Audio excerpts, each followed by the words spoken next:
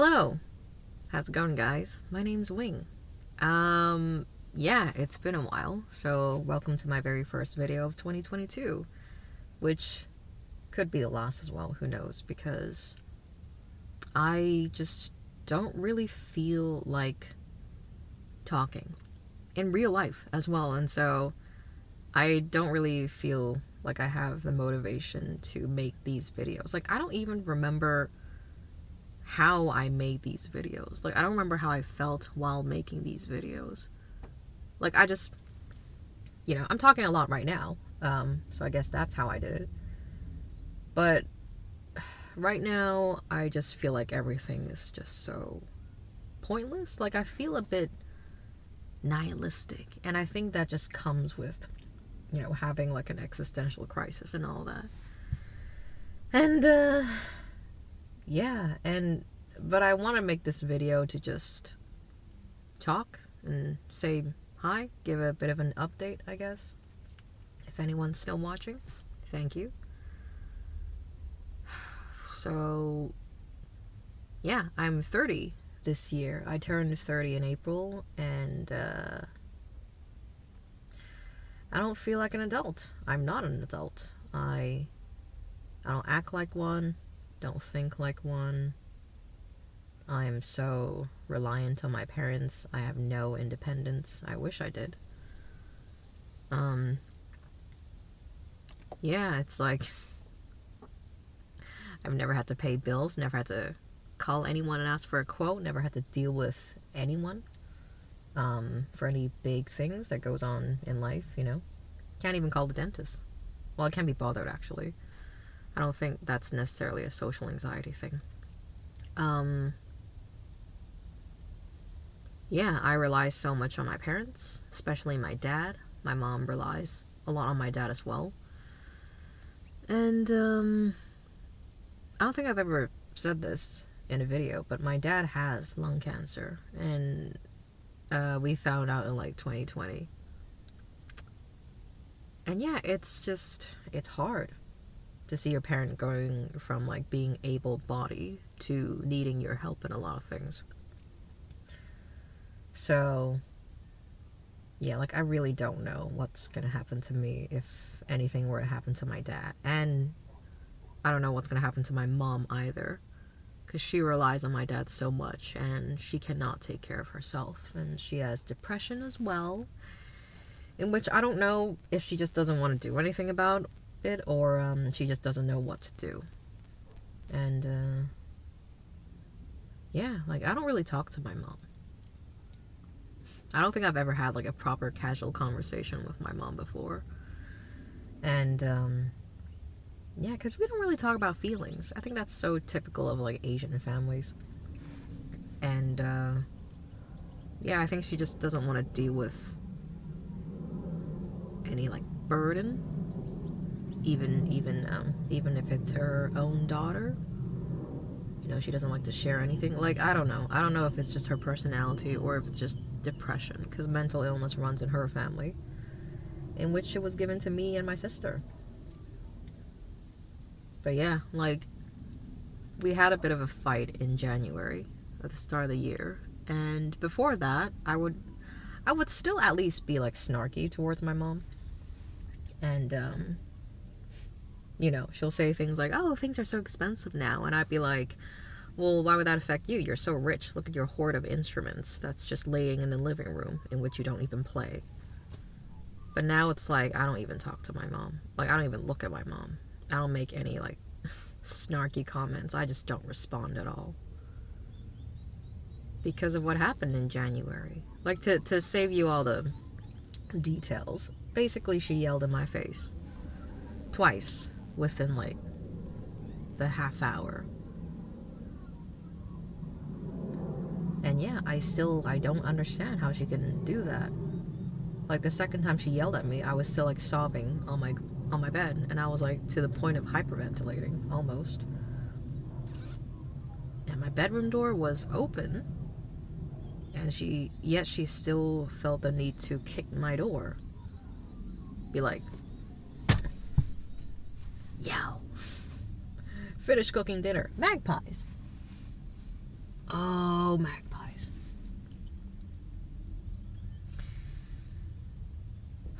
Yeah, I can't comprehend. And it's not like it's something that happened like ages ago, like 10 years ago. It's not like my mom hasn't had these moments before. But yeah. Usually she'll just have it, and then my dad will just take my sister and I and go for a quick drive, and then just let my mom throw things around the house and come back and pretend like nothing's ever happened. And that's basically what happened this time around as well. But it's not something I can forget, because when something bad to you happened, when something bad happened to you when you were a kid, after a long time when you become an adult, you don't really remember it that well. You're still scared by it, but it's not fresh in your memory. Unlike something that happens to you when you're an adult. And so, yeah. Ever since January, I just stopped even, like, looking at my mom. Like, if we're in the same room together alone, we don't say a word to each other. Yeah, like, my dad has always been just like a normal parent. Just chatty and be like, oh, look at the news. Look at this interesting thing. Look at this car. Yeah. So I don't know what I'm going to do with my mom in the future. And yeah. I just know that I probably can't live with her alone. She'd probably drive me crazy. Like she already does now anyways.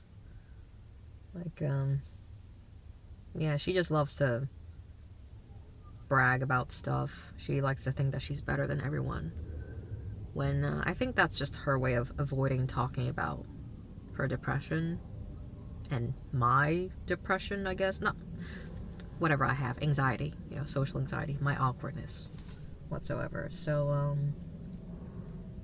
yeah, it's like any little thing can take her off, which is how she yelled at me in January, and which caused me to stay with my sister for like 3 nights, because my dog was in hospital as well for those 3 nights. Yeah, and yeah, then we were talking to our dad, and then he's like, oh, your mom's like screaming and crying, saying everyone wants to harm her. And I'm just like, really? Yeah. And then I went home, then pretended like nothing's ever happened.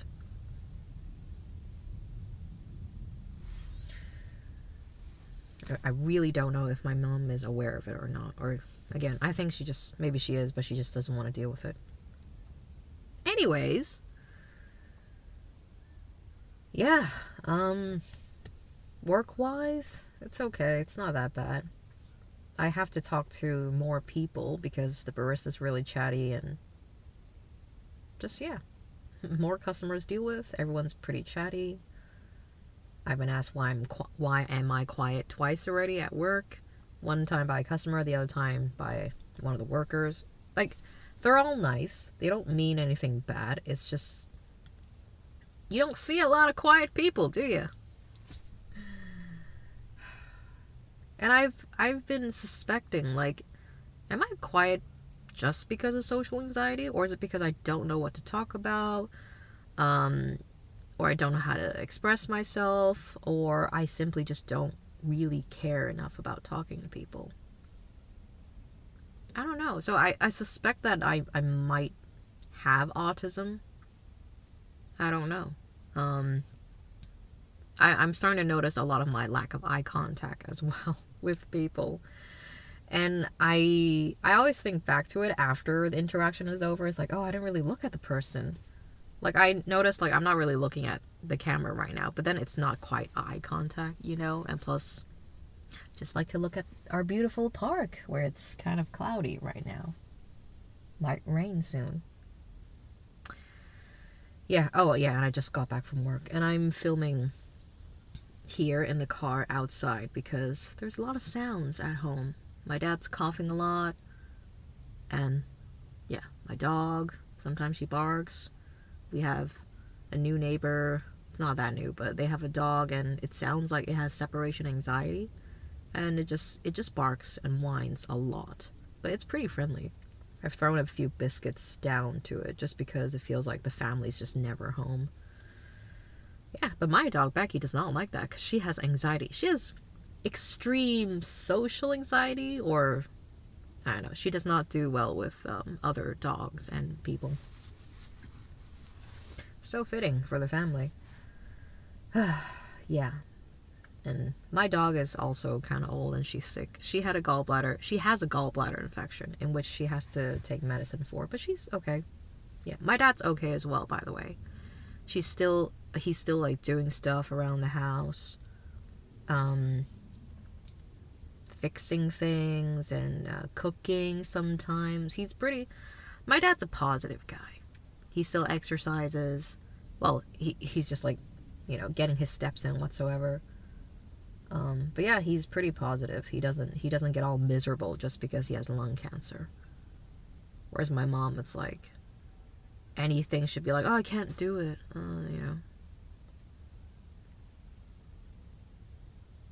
Yeah.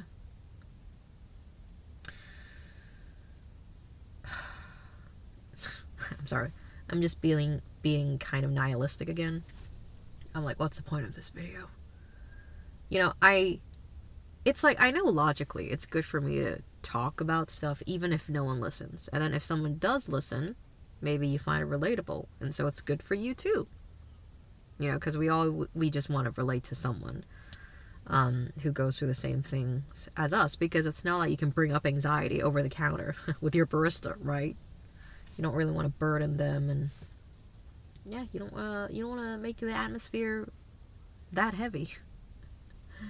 Although it's funny because some people do, they kind of just straight up say, like, we had a customer the other day, the barista told me, and apparently that lady's husband was dying of cancer, and she just outright said, oh yeah, I won't be coming on Sunday anymore because my husband's dying and he's in hospital.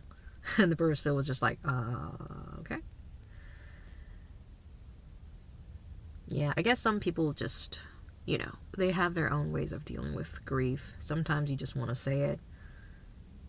You're not really necessarily hoping for like a reaction out of people. You don't really want comfort. I guess saying it in a way that's sort of type of comfort. Who knows? So, yeah, but I still find, just as I'm talking, I'm just like, what's the point? What's the point? What's the point? And, yeah. I don't know. I feel like there's a lot to say as well. But I don't know. I can't think of anything at the moment. Like, also, when I said before, I think I said in a video, like, oh, I'm not going to be making a lot of videos because I don't really have anything to talk about. I think in reality, there's too much to talk about, but I just don't want to get too TMI about it. And it's like, again, no one really needs to hear this, right? And so, yeah, I find that when people ask me about myself at work, like this lady asked me, like, do I go to uni or something? I'm like, no, I just work. And then that's just where the conversation ends, because like, I'm not working full time. I'm not doing anything full time. It's like, I'm not busy full time, and so I can't really bring up why. It's like, I just don't really want to work that much. I can't be like, oh, my dad has lung cancer, so I kind of want to stay at home and help out with him, but also because I'm lazy and I don't want to work. And also the anxiety,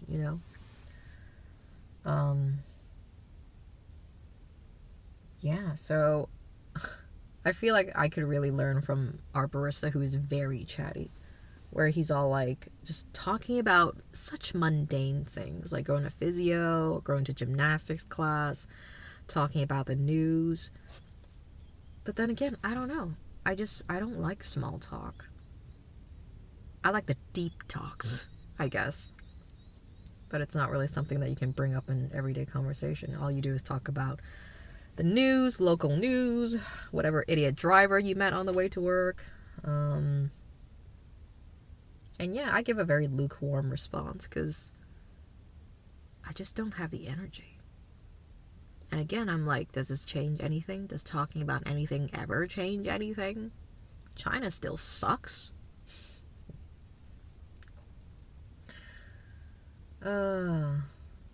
Yeah. And I've been trying to lose weight as well. And I did get down from like 60 to 57 kilograms. And now I'm back up to 61 or 62. But I feel a lot better about making healthier choices. And yeah, I do feel better in general. Just eating healthy and sleeping well. I'm taking vitamin tablets. I was kind of against it, but one of the customers is a power lifter, and he said if my muscles are sore, then I should take magnesium. And then he's like, it helps you sleep as well. And yeah, I think it's kind of worked. Like I did try to take it like 3 days, 3 times a day, because that's just, it's always what is said on the bottle. You know, they want you to take like 3 or 4 tablets a day. And that's really just for the people who are deficient. But I think for the normal person like myself, I'm not deficient, but I could use like a little bit extra, you know, or just to top off, you know, not extra, like top it off, you know, my magnesium levels or whatsoever.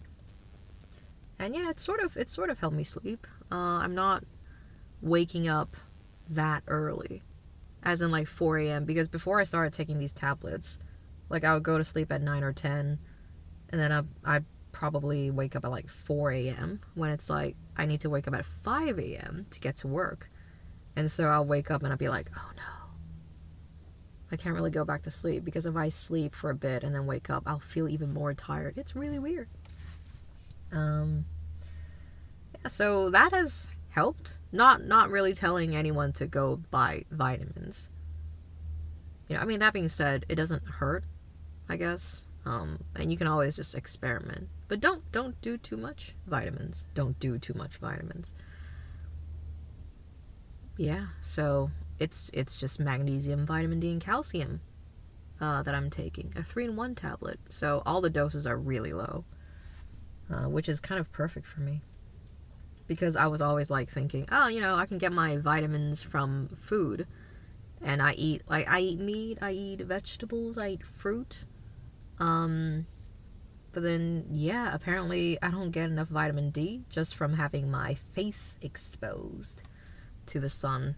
Well, just, it's like, for me, I'm like, I'm getting vitamin D right now, even though I'm kind of indoor-ish. And the powerlifter customer was like, that's not enough. You need, like, your body to be exposed to the sunlight, to get enough vitamin D for, like, I don't know, 10 to 50 minutes, I guess. I don't know. But you know what? The tablets has worked for me, and I can always stop it if I need to. But so far, so good. I think this video has been long enough. So thank you guys for tuning in. Whoever is watching, thank you so much for checking back in. I don't know when's the next video. But yeah, just if it's there, if it's there. If it's there, it's there. If it's not, it's not. So thank you for watching. Stay safe, everyone, and have a good day. Take care of yourself. Goodbye.